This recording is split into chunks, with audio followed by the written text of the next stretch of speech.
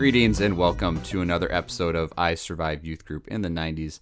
I'm your co-host Scott, and we are back, of course, to talk about the experience growing up as youth group kids in the 90s and how that has shaped our adult lives.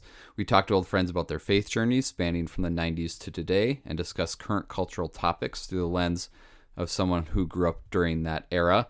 This will be a short intro today because we are introducing part 2 of our interview with Troy and Meleah.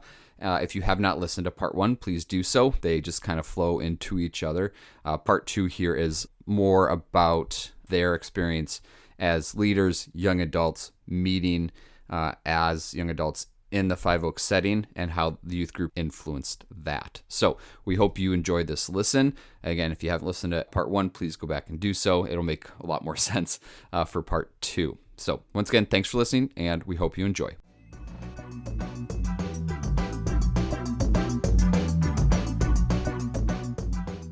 I want to break in and quickly remind everyone that the views and opinions expressed on this episode of I Survived Youth Group in the 90s may not be held by or even approved of by everyone appearing on this episode. One of the goals of this show is to give everyone a safe space to share their opinions and thoughts on deeply personal matters of faith. We are not looking to start an argument, but instead we want to let people share how they feel. During our interviews and discussions, we may not represent every point of view on a given subject, and we understand that this may be frustrating at times, but it is the nature of a podcast discussion with a limited amount of time. We also know and want to acknowledge that our memories of events that happened 25 to 30 years ago may not be 100% accurate. We assume everyone's best intentions as they share how they remember the experience of their youth. Now, back to the show.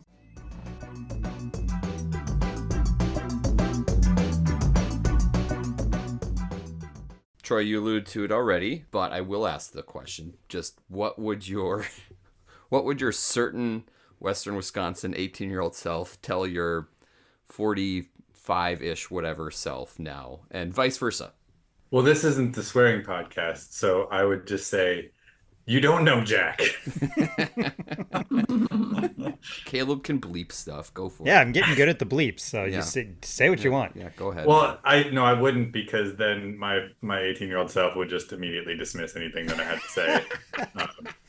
Although I will say that even back then, I was enough of a nerd and a stickler that when kids would swear in the locker room, that I would tell them that it's okay to say the S word and the F word as long as you don't take Jesus' name in vain. That's the big one. And so I thought I was being very clever there and very kind of an outreachy type thing there. And then a few days later, somebody swore and somebody else was like, Troy, and the person's like, no, Troy said it was fine as long as I didn't say, oh my God. Yep. So nowadays I tell my children the same thing because they watch all these Minecraft videos and they start saying flip or whatever. And I'm like, just say, if you're going to say the word, say it and deal with the consequences. Right. You know what you mean. We know what you mean. They're smart. Don't make me say it in my head. Anything besides like swearing that you can think of that you would kind of tell to your younger self? I would tell my younger self, don't take it so seriously. You don't have to be right. Mm-hmm. I don't know that I would believe myself at that point, but that's just the biggest arc that I think I've had is not needing to be right all the time. Mm-hmm. Meleah, what about you? Yeah, myself would tell myself, my young self would tell my older self that what your quiet time or your QT looks like can be a whole array of things. It can be literally just being quiet and having no agenda, but just to experience quiet. Or it can be having your child on your lap and you teach them that these are the margins of mommy's Bible study. You can draw on them, but don't draw on the middle of the text because I need to read that part. Mm-hmm. You need to fill in those blanks. Yes, I need to be able to see what's there because I literally went to Bible study with a child on my lap because he didn't want to go be with the other kids. He wanted to stay with mom on mom's lap. And so even just telling young moms or young moms to be that what your quiet time is can look like completely different from one day to the next. And you can connect with God in a multitude of ways. It is not one single way to connect with God or pray. Your prayer can be with your eyes open while you're driving your car. And teaching our kids how to do that too has been really important. So yeah, and then I would also tell myself that your big heart for people is going to figure out itself a lot more and be able to do that in a professional capacity with proper boundaries, for example, healthy boundaries, setting limits with other people, learning a lot of good skills around that, and lament as well as a value. Oh, interesting. That's part of what you do now, correct? Because I remember way back when we were in small group together, you were kind of on that track of opening your own practice. Yes, I do have a practice called backdoor counseling. Okay. Do you think, is there anything from like your 90s faith that just kind of, you think, helped made you into that person who wants to help someone talk through their issues?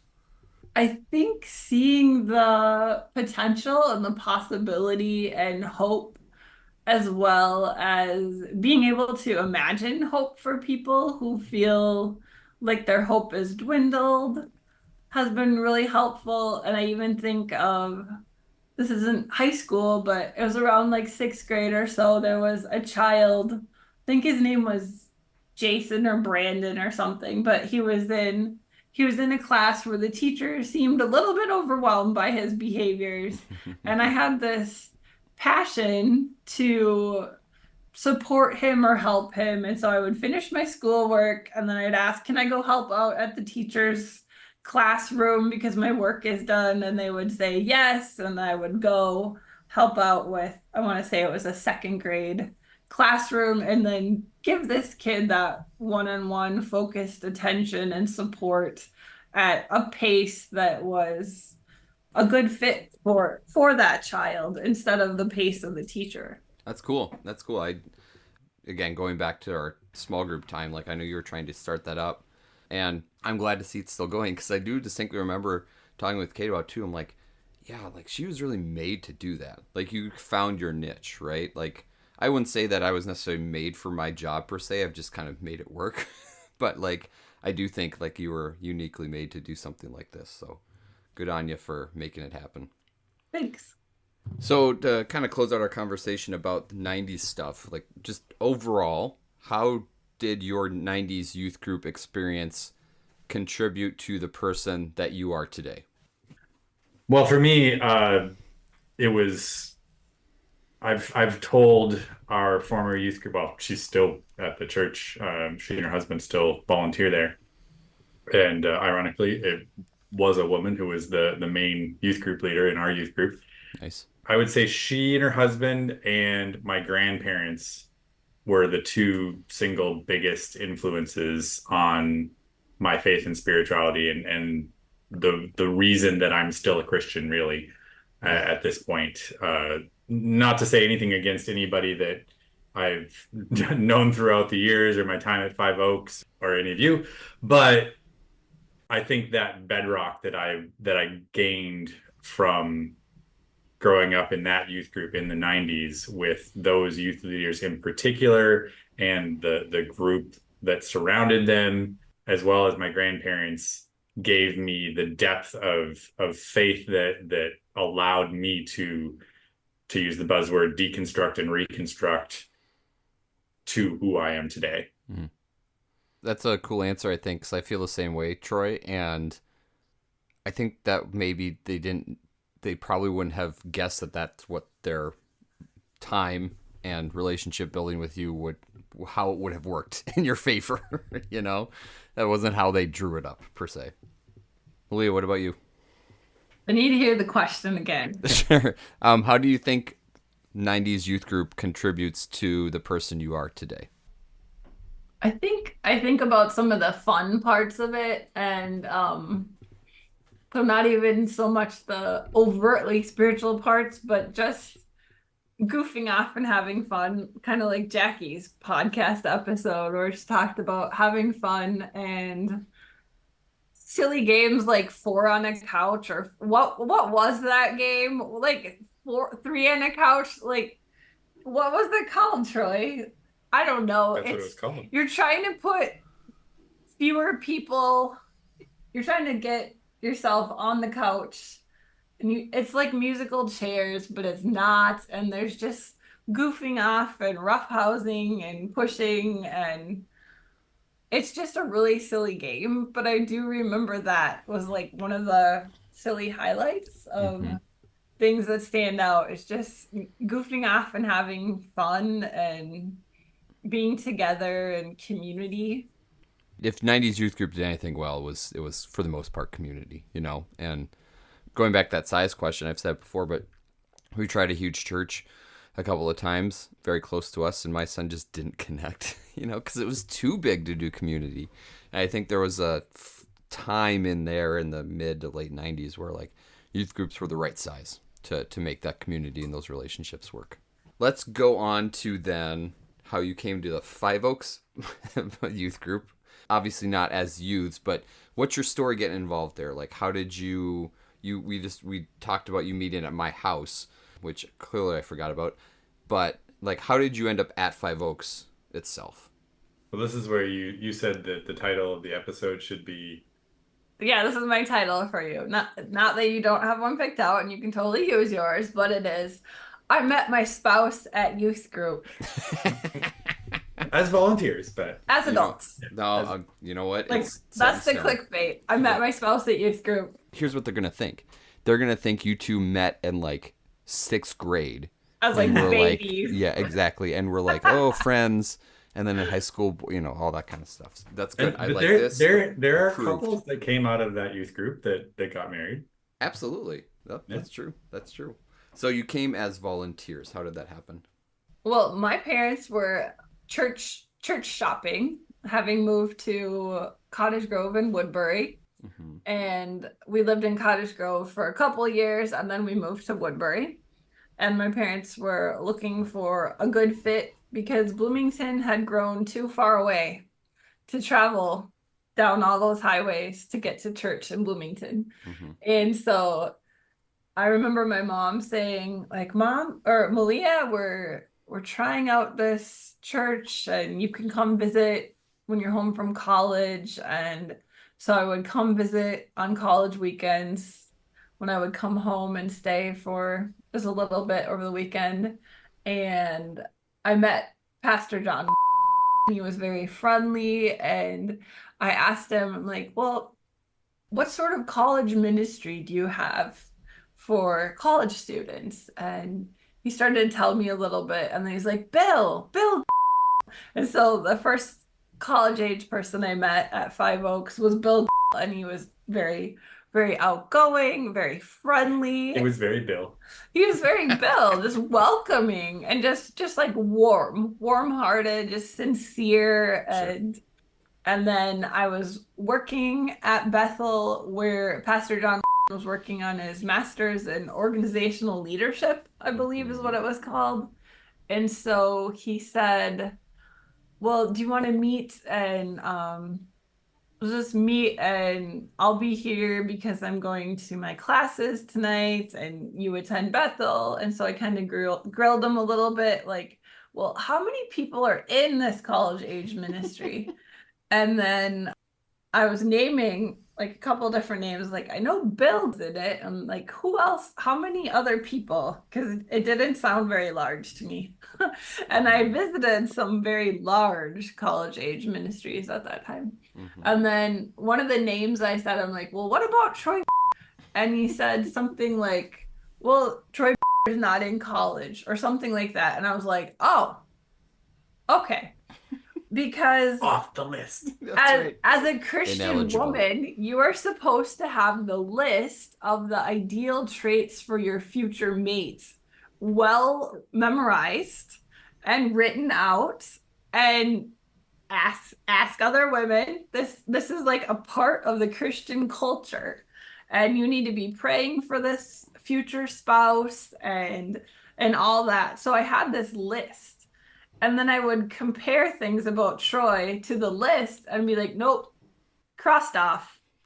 And Brutal. Because one you of wanted a them, college educated. I wanted a guy who had gone to college, and Troy hadn't, except that he was already working in a job, having completed his college education. He was done with that. And so then I found out about that. And then I found out that he was in computers. And so I crossed him off my list again because all of my guy friends are in computers and physics people. And no, I don't want a computers guy. My dad is in computers. Why would I want to date a guy who's in computers? Sure. But then he would keep kind of moving back to my list. Okay, well, he plays an instrument. Well, that's good. Can play the guitar. Oh, he could even sing. Okay, well, that's good. Okay, he has some leadership roles. Also good. And so he kept coming back to my well maybe kind of list. And then I was a youth ministries intern, so it was like fast forward, and I was doing that as part of my psychology undergraduate studies. And Pastor John offered me this internship to be a youth ministries intern, and I said yes. I think he offered it to me because I kept having the prayer request of what is my internship going to be, and so maybe he was like, let's answer this prayer request. We'll offer her this student ministries internship position, which I took. And Troy was often there because he was practicing for worship practice. Right. So I was not really involved in the youth group as many of you were. I was too old.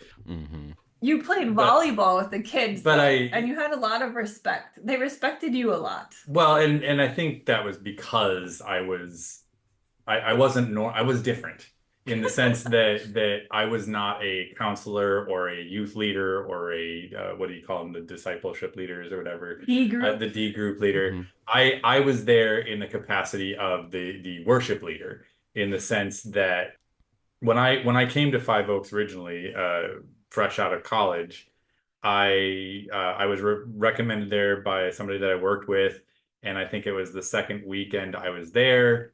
I talked to Mark. I was asking about being on the tech team because I probably a lot like Caleb. I have a lot of nerdy tendencies, but he found out before I was on the tech team that I could play guitar, and so he yanked me onto the worship team immediately. Nice. And I think that year, sometime in spring, I had actually been on worship team more than he had because I was young and single and had nothing better to do. Sure. And so as I started becoming more involved with the worship team and on the programming team and other things at the church, I convinced them to let me form a youth worship band. There were a couple of kids that played a few instruments, and I found a couple of more, and we kind of cobbled together a youth worship team. And we got to the point at one point where they actually had us do the Sunday service. They had the youth group band play the Sunday service. The first time we did it, we were not very good. Everybody was fine with it because we were kids. But the second, the subsequent times, the kids actually got pretty good, and they did a really good job. And so I would be a part of the youth experience in that regard, in that I would lead the worship time for youth group, but then I would also be there practicing with the youth worship team. And so I was building some relationships with those kids, and so it was sort of outside of the normal youth internship. I was sort of unofficial, I think, was my was my role. A little bit of like a Swiss Army knife. Yeah, it was great because I had no real responsibility. Well, that's cool. I kind of sense that the joining of Five Oaks kind of correlates with your relationship starting. You guys talked about Camp Getaway, and so they roped me into doing the worship for Camp Getaway. Mm. And I decided that, well, actually, I think it was more you that decided, or you offered. I think you took the initiative, didn't you? It was Or did I? interesting how you're remembering the story I think, differently yeah, now. I think you took the initiative, and I think she I offered her told you. services. I'm going to be there as a youth ministries intern. Do you want anyone to sing harmony with your worship music? Because I'm in choir and I can do that. Mm-hmm. And I don't remember him saying anything about it until the day before practice. And then it was, so are you going to be at practice tomorrow? Mm-hmm. Yes, of course I will be. Yeah. And then I was. Mm-hmm. And he would sing the wrong lyrics on the overhead projector. And I, having been in choir, you do what the other person is doing, right? You learn what is the wrong order so it looks like you're in sync. So I did. So I would think, okay, this is the part where he's going to sing the wrong line. So I'm also going to sing the wrong line because then as a choir, then your sound is unison, right? So I would do that, and so the group would be the one that was off, but we were like synced up music wise. Sure. A little foreshadowing. I like Yeah. it. Well, it was really the what every Christian parent probably wants for their children is to meet and get to know the other person in the context of highly supervised and good company and youth group all around. It's a very safe environment, a very good environment. Safe's the good word, right? Yeah, yeah. Yeah. And just let it develop from there. How long did you guys stay there then? Because I think when I moved, you guys are definitely still going there. You mean staying at Five Oaks? Yeah. Pandemic. Yeah. We switched over then to Yeah. attend a church closer to our house Yeah. Yeah. after I was on the board for 6 years. Oh, really? Yeah. We'd been feeling called to go more local, Mm-hmm. and the pandemic kind of gave us the space to be able to do that because 20 years of relationships is a lot to walk away from. Yep. So, it took a bit. So was there as you guys were getting involved with that youth group itself, were there like what was your feel for it? Was there you weren't there from obviously the beginning when it started back in the 90s, but was it kind of like was it described to you guys as like a major important part of the church itself? Was it kind of the driving force? Because at some point, it was definitely bigger than the church itself and kind of driving the bus a little bit. By the time you guys came along, it was not exactly that way. But how was it sold to you, or how was it described to you? It was always presented as like a very friendly, warm, welcoming, fun-loving type vibe. Did it live up to the hype? Yeah, I would say so. I didn't have the same connections. And so there's that element of how do I break into something that's really good for all these other people? And I'm just kind of coming in and coming in with my quiet time, all that stuff, and Christian education background. And so some of those pieces. I could be misremembering, as we've proven that I certainly can. But I would say that at that point, having been on the programming team as well, that the youth group was number two. Like, it was Sunday morning, and then youth group was it was a priority of the church as a whole from a programming perspective and resources perspective. I think it was a focus of the church at that point. And I think it's partly, like you said, smaller, younger church. And for a lot of that time, a lot of the people were in the youth group. So yeah, you gotta prioritize. And as they grew, then, other parts of the program also become important. Sure. But during that time, and that's I think that's how I ended up being there, is because if you're gonna be involved in the church in some way, you're gonna get pulled into that in some way. That's true. They do. That's kind of where they need the most help, Mhm. to be sure. Now, you said earlier that now your son goes there, which is so it's kind of circling back. Like, Yeah. what's the reason to to drive him out there to go? I mean, like I said earlier, I drive my son to Minneapolis on Wednesday night, so it's not like I'm not sitting in traffic to get that done. I get it. That's a commitment. What's the reason to put him in that group? It was really sweet actually because we went back to Five Oaks to attend our friends' kids' baptism services, and one of those kids said to Noah, "Hey, you should really come to youth group." And Noah was like, "Okay." And so pretty much unless there's a soccer practice, Mm-hmm. he will go to youth group and he'll go to the other events too. Oh wow. Yeah, so the simple answer is because they asked, or because he asked. But it did remind me of, I think it was you, Scott, that was talking about proselytizing to other other Christians Yeah. in high school. Yeah. I don't think it was like that, but it's been an interesting experience for me, and I think for Meleah as well. We both grew up in Christian environments, but she grew up in a Christian school. I didn't. And so I had to get my Christian socialness through my youth group. That was it. Whereas our children do attend a Christian school, and therefore they kind of have youth group every day in some ways. Sure. It's not quite the same. They don't necessarily, I've never heard them come home from school and talk about having somebody with peanut butter under one arm and jelly under the other. That has never happened. But they do have chapel, and they have Christ Light, and they have the kids even had to go through catechism.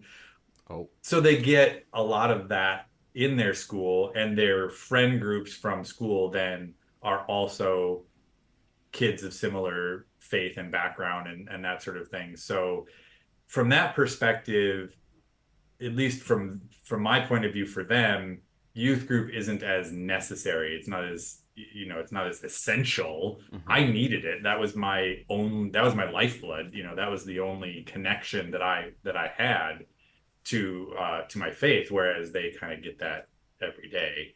Mm-hmm. And so we've tried to balance that and figure out where youth group fits in, and the younger two haven't really clicked with much of that at all. But Noah is a very social kid, and yeah, he asked, Sure. can I go? Invited. Yeah. How just by way of watching him experience it, just like, what do you think is different for him now compared to what it was for you two back then? Obviously, you don't have the direct link to a Five Oaks youth group growing up in that, but what's different for his experience compared to yours? I think the access to a phone at all times is just like a night and day difference because the phone, it's unless you're throwing a ball in the gym or playing in the gym or something, it seems like the phones are just out and lit up and doing phone things. However, Noah has also told us and shown me notes that he has taken from messages at youth group, and he'll share them. And Mom, the topic was about anxiety tonight. And oh, well, what did you learn? And then he'll tell me about it, and then he'll pull out his phone and he'll show me notes that he has taken on his phone. So it's not all Brawl Stars on his phone at all times, although that is something that is getting a lot of airtime on his phone at this moment in 2024. So, but he also knows how to take notes that are relevant and life lesson notes. Even just the act of knowing how to take a note and the diligence of taking the time to do a note on your phone. Sure. Like, okay, those are tangible, concrete skills that you can take. Which you did not get from me. You can take those anywhere in your life. Sure. But I think there is I don't know if it's as much the difference between rural and urban as it is just 90s versus 2020s. Passage of time. Sure. Part of the reason why we ended up leaving Five Oaks, as we said, was that we felt called more local. We everybody these days are so programmed or scheduled that the difficulty with interacting with Five Oaks for us, because we live across the river, it had to be scheduled on the calendar 3 weeks in advance.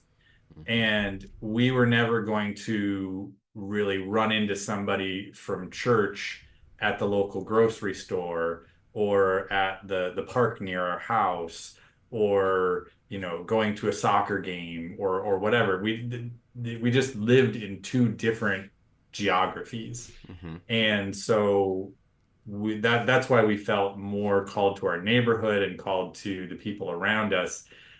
When I was growing up in the 90s, I mean, I couldn't drive till I was 16, obviously, but somehow, probably the blessing of my mother, somehow I swear I spent more time either at the church or at Josh Irwin's house or at Trevor's house or at somebody else's house from church. I spent more time with them than anything else other than sleeping. Mm-hmm. That was my existence.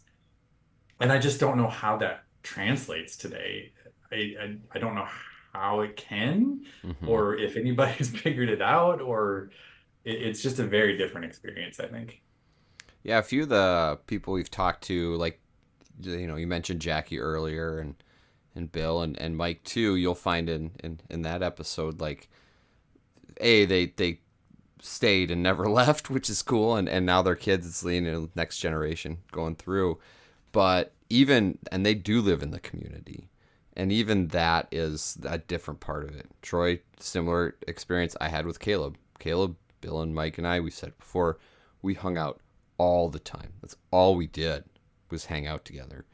And even though, these people that we've interviewed who are still at Five Oaks, they live in the city, it's just not the same. Maybe it is the size. Maybe it is the fact that they don't have to be in person to hang out. They can be on their phone playing Brawl Stars, so they don't have to do that all the time. But, that I feel like an old man, like the old man in me comes out a little bit, like, back in my day, this was way better because of this. Like, it's just different.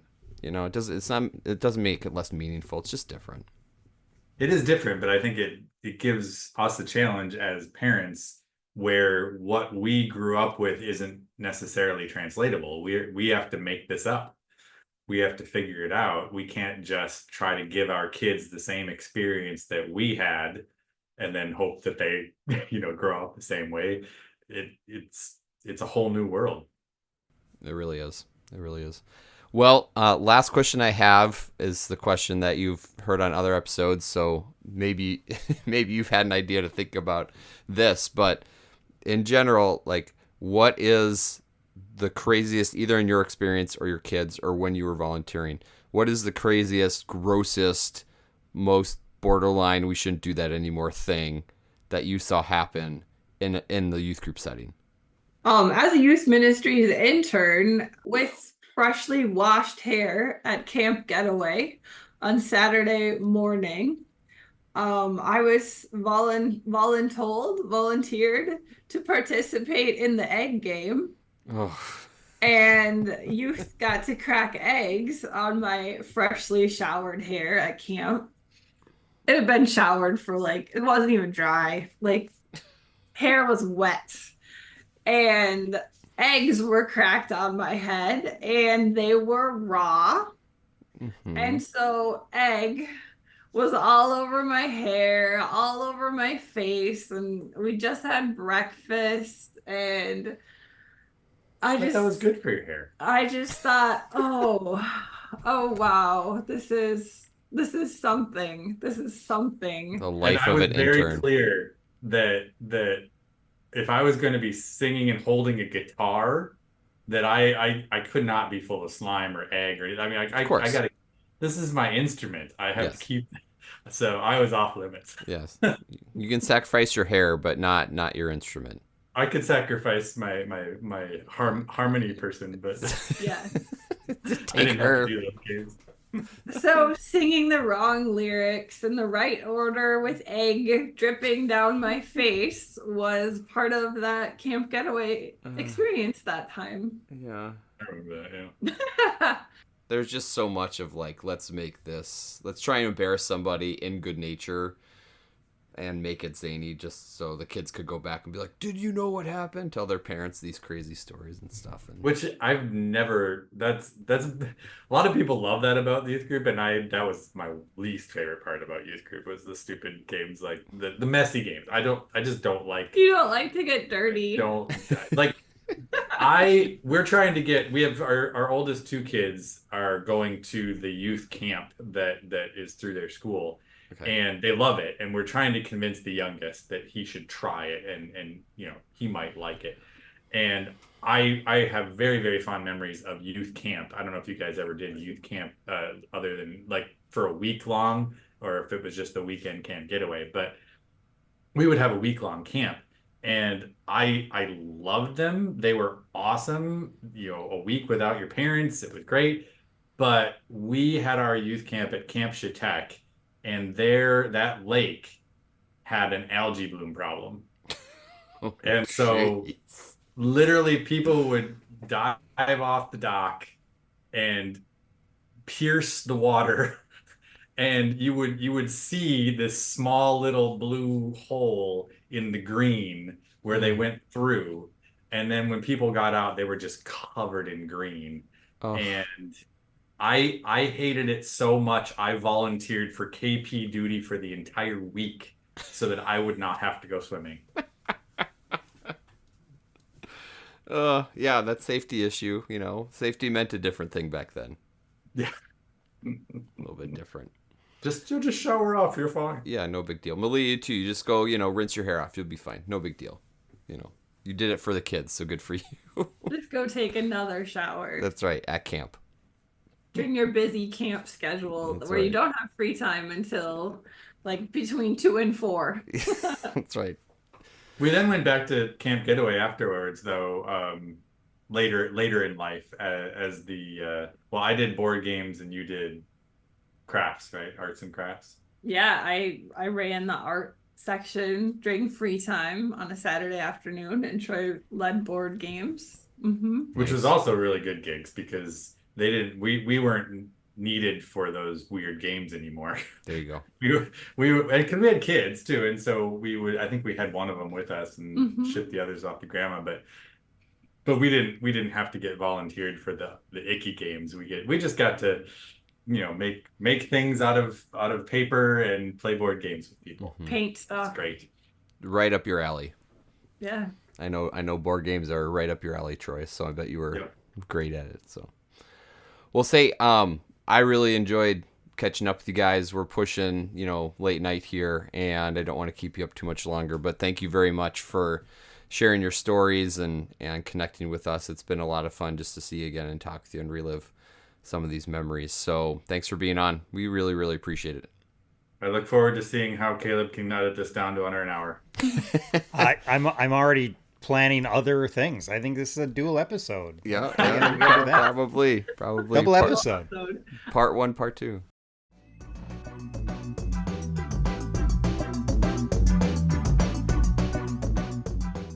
Thanks again for listening to this episode of I Survived Youth Group in the 90s. We hope you enjoyed it. Once again, we do want to thank Troy and Meleah for joining us to talk through their 90s youth group experience and their connection to Five Oaks. If you missed the first half of their conversation, it was last week. It was, again, a 2-part episode. So make sure you go back and check that one out in the feed if you missed it. Let us know what you thought about this show or any of our other shows. You can find the show on Twitter at the handle @SurvivedYG. You can also email the show at ISurvivedYouthGroup@gmail.com. gmail.com. If you're interested in being on the show, let us know. You didn't necessarily have to attend our youth group, but if there's a youth group experience from the 90s or the 2000s that you want to share, we'd love to connect and hear your story. Please subscribe and share the podcast. If you're so inclined, leave a rating or review. If you enjoy this show, you might also enjoy the other podcast I do. It's a music podcast called the Album Anniversary Podcast. Over the last couple of years, I've researched and documented the release date of thousands of albums. Throughout the week, I post about them on social media. I've had a couple different formats on the show, but it's an opportunity to come together, talk, and celebrate one of the albums that I've documented on my calendar. Once again, that is the Album Anniversary Podcast. The music at the beginning and the end of this show is the instrumental version of the song Positive Charge by the artist Dread Pirate Roberts. Thanks again, and we'll talk to you soon.